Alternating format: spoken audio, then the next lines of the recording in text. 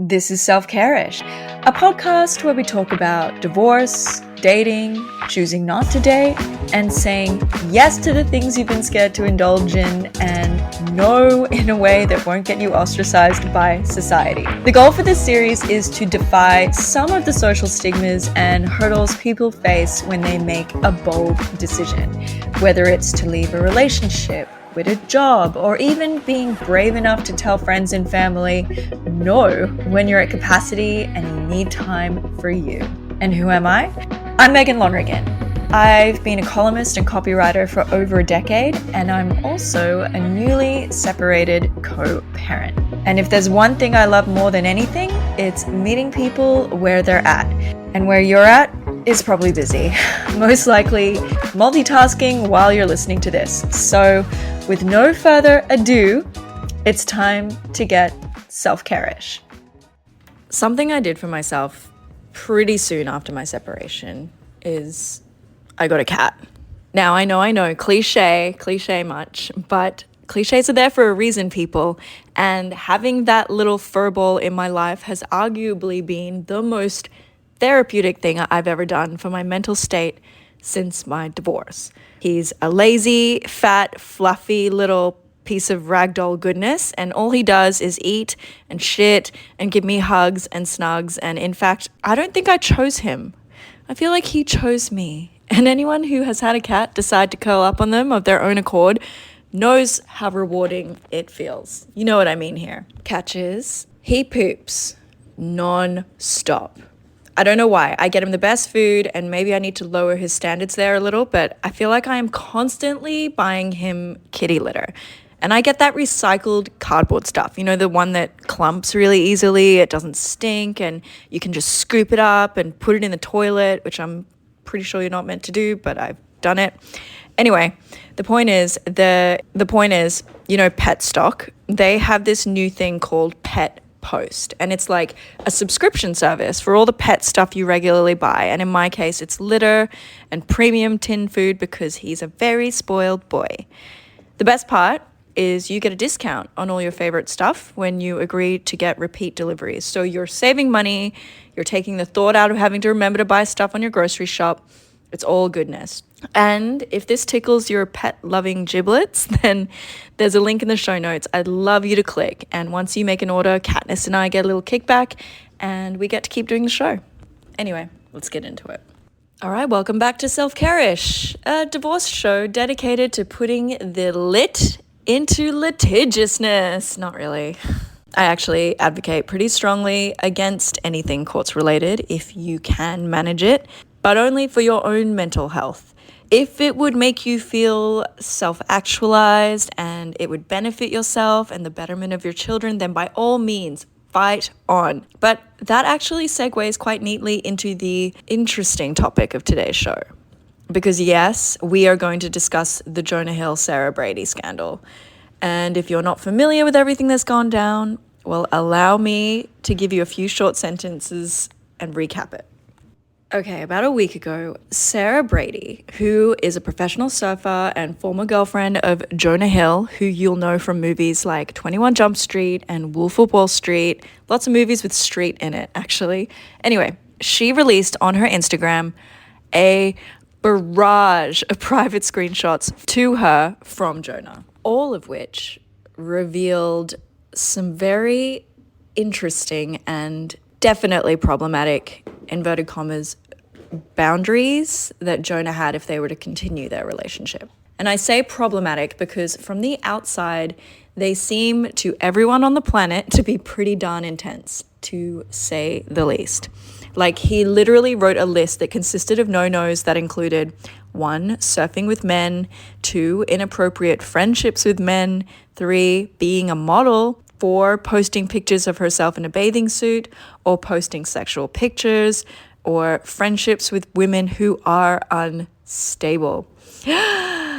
Immediately, you can already get the ick. And you can already see that these are trouble and potentially misogynistic.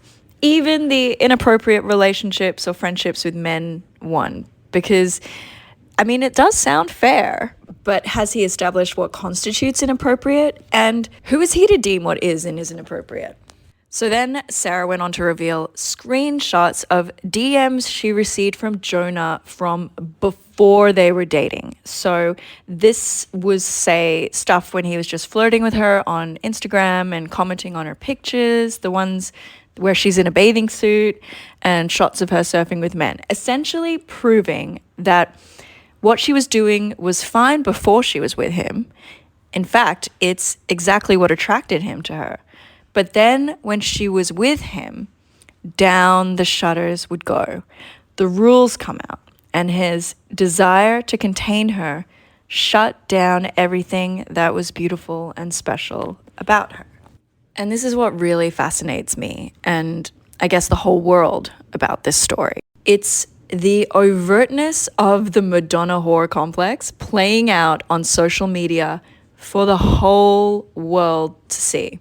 As well as, I guess, how the archetype of what an abuser looks like has shifted in a world that's more aware of mental health, psychology, and sexism than ever before. What I'm saying is it's no longer a drunk, unshaven man in a dirty wife-beater singlet, which is obviously a very problematic and telling name for a top. It's someone, man or woman, awakened to mindfulness and a person who's done the work, but for whom the work still hasn't worked. In fact, what it's done is it actually has armed these people with an arsenal of psychological concepts they can now utilize to confuse their partners. And the layer that makes this story extra juicy and fascinating to people is because if you are familiar with Jonah Hill, you'll know that he is famous for vocalizing his love for therapy. And he even made a documentary about his therapist for Netflix. It's called Stutz, and I've tried to watch it twice because I am or was a big Jonah Hill fan. And I'm not going to throw Jonah completely under the bus for this whole story, but I'll get to all that in a second. But Jonah Hill's love for therapy is so apparent in his texts. They aren't overtly abusive. In fact, every one of his rules is couched and softened in therapy speak, inverted commas. Before he starts his list of boundaries, he says, if you need to, have male friends or wear a bikini. And then he finishes with, if you need to do all that, then I'm not the right partner for you. And if these things bring you to a place of happiness, I support you. These are my boundaries for a romantic relationship. And it's so frustrating. And you can see how Sarah got so twisted and caught up and confused because it doesn't sound controlling, especially at the end of the text, because he seems like he's empowering her and giving her a choice. But it is so passive-aggressive at the same time. But it's also cushioned by love, which is all so typical of abusers. And I do feel weird using the word abuser in this scenario, and that gives me a lot of pause to think. Anyway, please Google the text because the initial shares from Sarah, and she keeps sharing his messages about her sharing the texts, are fascinating because they are like the world's most polite therapy speak argument you'll ever see. Like he says things like, please take care of yourself and I'm happy to pay for your therapy. And then even her voice notes in response to his messages are almost comically calm. Like, here's what I mean. Okay, bro, I'm gonna just say this one more time, let you sit with it before I take a canoe out in Waikiki with the girls. I need to chill. Maybe you should, take to heart a little bit how I've said that it's not about you moving on as much. Sure, that hurts a little, all right? But the context here is how you've leaned on me like a fucking partner emotional support system, and I've given you so many fucking opportunities to create healthier friendship X boundaries, which I've had before and I've watched my parents do. It's not abnormal to me, but it needs communication. But I know exactly why she's talking like that. Because when you are dealing with a therapy speak person, you have to therapy speak back. And I just got to take a little breather here because this hits home to me. Actually, in fact, I think everybody's got their own little Jonah Hill story, women and men, people. And by that, I mean they know someone who has fallen down the personal development therapy speak rabbit hole only to have that same language used against them in some scenario. Now, I guess to get personal for a sec, my ex and I actually got sucked into a very intense and very expensive personal development program around the end of our marriage. Think of it like a mortgage down payment for a year kind of program. It was a lot. And in some ways, we both learned a lot of positive things around self-awareness and money, and you'd want to get something good out of it for that much money. So yeah, I'm glad that we did get that. But we also learned a lot of therapy speak. My ex is a wonderful person and dad, and I would never categorize him as an abuser. So I'm just going to make that very clear here. However, after this cult, the business cult that we were in, whenever we'd have a disagreement or a fight, he would say this one line that still triggers me to death. And it is, I can't make you feel any way. What that meant in context of our personal development cult was, yes, bad things happen, but only you can control your emotional response to them, which is actually pretty solid life advice. Like, the world is full of chaos, and being able to regulate your emotions is a very powerful and helpful tool. But it can be weaponized, as I experienced. Say if we had a disagreement and I'd be upset, it'd come out. So I don't know, things like being annoyed because the trash isn't taken out or not feeling supported over something. I can't make you feel any way. Only you can do that. Essentially what that line says in that context is regulate and control yourself and your emotions so I don't have to feel uncomfortable. And I would get so frustrated at him because I felt like he wasn't relating to me as a regular human. And I would also feel self-frustrated because I felt like I hadn't grasped the teachings well enough. Like I'd failed because I was having emotions. It was an absolutely toxic time because our relationship was falling apart, but we were both armed with this therapy speak. So every argument was done very surgically because losing your cool meant you'd dysregulated and thus failed. But even recounting that situation, it does sound kind of off, but I put it in the toxic category, but not abuse. And I use this personal example to demonstrate how insidious this kind of speak can be when you're not aware of yourself. In fact, what this whole Jonah Hill and my own experience reinforces to me is nobody who is toxic thinks they're being toxic at the time. Think about yourself in your 20s. You're well-meaning, but probably toxic as fuck. I know I was. And I'm 38 now, and I still do things or have done things that I think are very not kosher.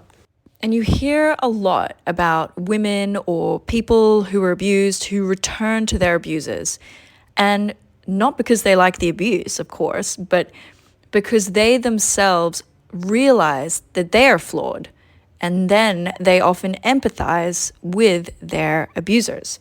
They know them so well and they know their history. And then they say things like, well, they had a rough upbringing and that's why they do it. Or they just don't know what they're doing. I don't think they're aware of it. And in a way, I kind of get that. I just think it's interesting because people in general always have a very complex justifications for everything that they do. No villain ever thinks that what they're doing is wrong. Every bad guy in a Marvel movie has a decent justification for causing all that destruction. There's even a lot of people who think Thanos' heart was in the right place, but his execution, definitely terrible. And knowing this, I'm not saying we should forgive abusers by any stretch. Please do not confuse me. Having a rough upbringing or just not being aware of the abuse is not an excuse for abuse anymore. But I believe discussing the layers and complexities of this issue can help people identify when things are not completely on the level. Like my ex and I. We realized eventually that no amount of therapy speak can save a relationship, and we needed to break up. And what has this got to do with Don't Worry, Darling? Very long intro today. I'm glad you asked, but let's take a short break and I'll get into it.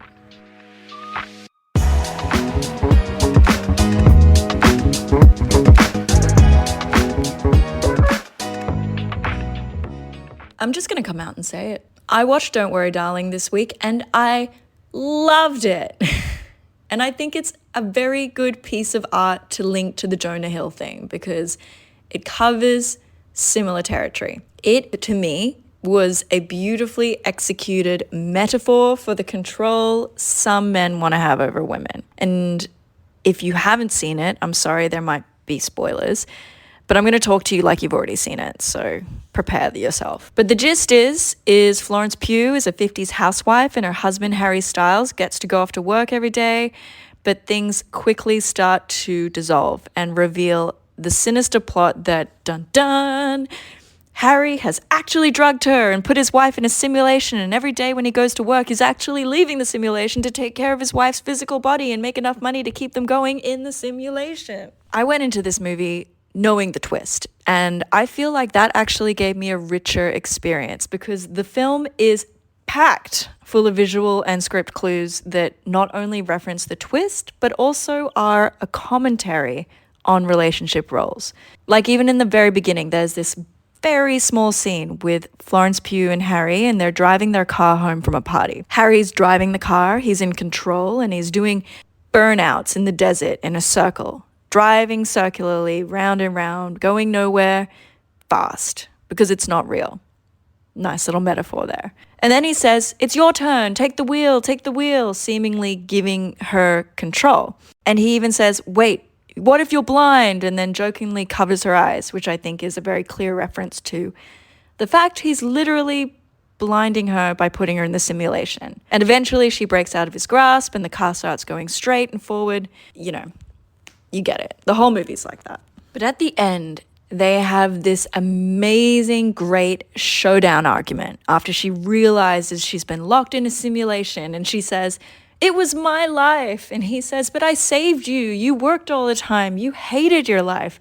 I gave this beautiful life to you. Every day I have to leave the simulation and go to work to make this fake reality happen." It's almost a cliche, that whole argument of, you know, I work to put money on this table and at least you could do is be grateful. Like he clearly in the movie, he resents it. The upkeep labor of the whole facade, even though he put her there, it's a burden on him. And he's asking her to be a willing participant in her own oppression. The toxic scenario gave him what he wanted, which was control, but in the end, it didn't bring him joy. And then there is this tiny scene at the very end before she makes a decision to leave. And she's terrified to, step through the portal back to real life or whatever. And she's terrified because she doesn't know what's on the other side. And then because she's scared, she starts to remember the good times with Harry. And I love that because I think we have all done that. I mean, those good memories are what keeps us in relationships when things are tough. So it makes sense that when we're on the precipice of leaving, we kind of come up with all these justifications like, oh, I can't, you know, there were some good times. And even though Don't Worry Darling is very much a film about, I guess, the marriage of insecurity and toxic masculinity and the effect it can have on women, what I think it's overtly saying is that even if women conform and comply with the rules that are placed upon them, they'll never truly win and they'll always be encaged. So you have to break out. Now with Jonah Hill, he looks like he's empowered Sarah Brady by outlining his rules and boundaries and offering her the choice, inverted commas, but by presenting them using therapy speak, he's created a scenario where if she doesn't comply, then she isn't rational. But if she complies, she's participating in her own self-imprisonment. I don't know, watch Don't Worry Darling and tell me if you don't feel that it's almost a similar life reflecting art scenario. What do you think? Is Jonah abusive? Is Don't Worry Darling a good film? Have your say by leaving a voicemail that I'll play next episode at selfcareish.com.au. That's selfcare-ish.com.au. Also, guys, if you enjoy this pod, one of the ways we move up in the charts is with your reviews, either on Apple Podcasts or interact on Spotify. I would love and value any 5-star reviews. So if you leave one, I'll be sure to give you a shout out next episode. Also, don't forget to follow us at Self-Care-ish Podcast on Instagram. And I'm on TikTok at Megan Lonergan. And I'll see you next week.